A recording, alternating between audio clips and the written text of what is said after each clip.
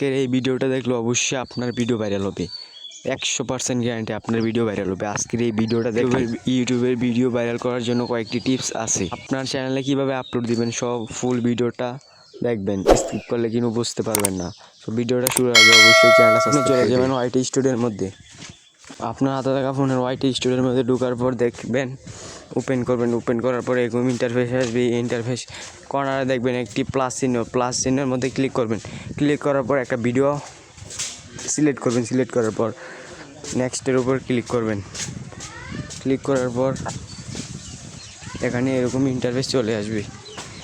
তারপর আপনি এখানে একটি ট্যাগ বসাবেন, ট্যাক্স দিবেন। তো আমি দিয়েছি ওয়াজ, যে কোনো একটা তুমি টাইটেল দিবেন ভিডিওর।